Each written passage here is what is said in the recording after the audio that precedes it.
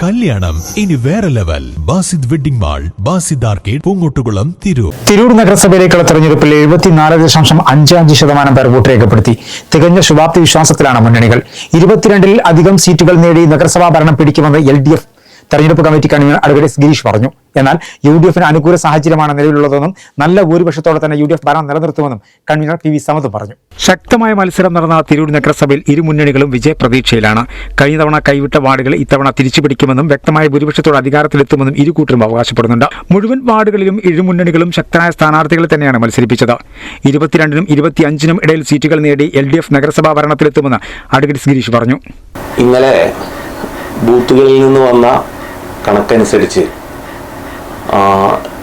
22 മുതൽ 25 വരെ സീറ്റുകൾ നേടി ഇടതുപക്ഷ ജനാധിപത്യ മുന്നണിയുടെ കൗൺസിൽ തിരൂർ നഗരത്തിൽ അധികാരത്തിൽ വരുമെന്ന ശുഭപ്രതീക്ഷയാണ് ഞങ്ങൾക്കുള്ളത്.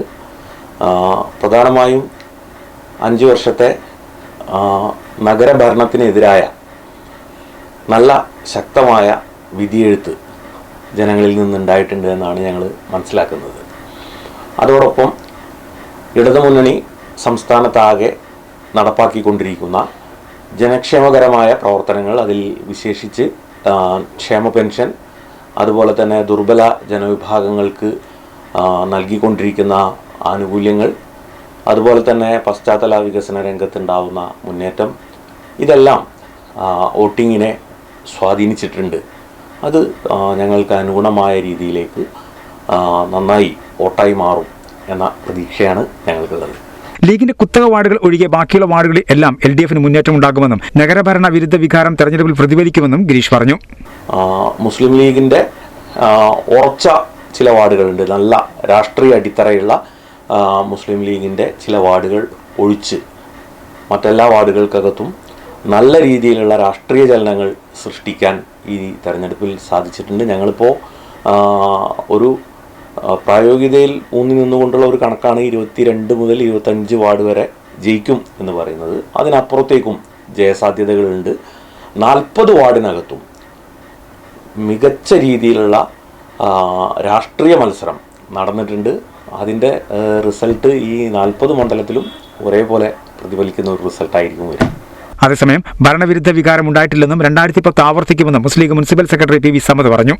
തിരൂർ മുനിസിപ്പാലിറ്റിയിൽ വലിയ ഭൂരിപക്ഷത്തോടുകൂടി UDF അധികാരം നിലനിർത്തുമെന്ന് തന്നെയാണ് ഞങ്ങൾ പ്രതീക്ഷിക്കുന്നത്. ഇന്നലെ വോട്ടെടുപ്പ് ദിവസവും ഞങ്ങൾ 40 ബൂത്തുകളിലും ഞങ്ങൾ സന്ദർശനം നടത്തുകയുണ്ടായി. ആ സമയത്തൊക്കെ തന്നെ വോട്ടർമാരുടെ മനസ്സ് പറയുന്നത് നമുക്കതിൽ നിന്ന് വായിച്ചെടുക്കാൻ കഴിയും. തീർച്ചയായിട്ടും കഴിഞ്ഞ 5 കൊല്ലക്കാലം നടത്തിയ ജനക്ഷേമകരമായ പ്രവർത്തനങ്ങൾ, അതോടൊപ്പം തന്നെ കേരള സംസ്ഥാനത്തോടും ഗവൺമെൻറ്റിനോടും കേന്ദ്ര ഗവൺമെൻറ്റിനോടുമുള്ള ജനങ്ങളുടെ കടുത്ത അമർഷം, അതെല്ലാം തന്നെ ഈ വോട്ടെടുപ്പിൽ പ്രതിഫലിക്കും എന്ന് തന്നെയാണ് ഞങ്ങൾ പ്രതീക്ഷിക്കുന്നത്.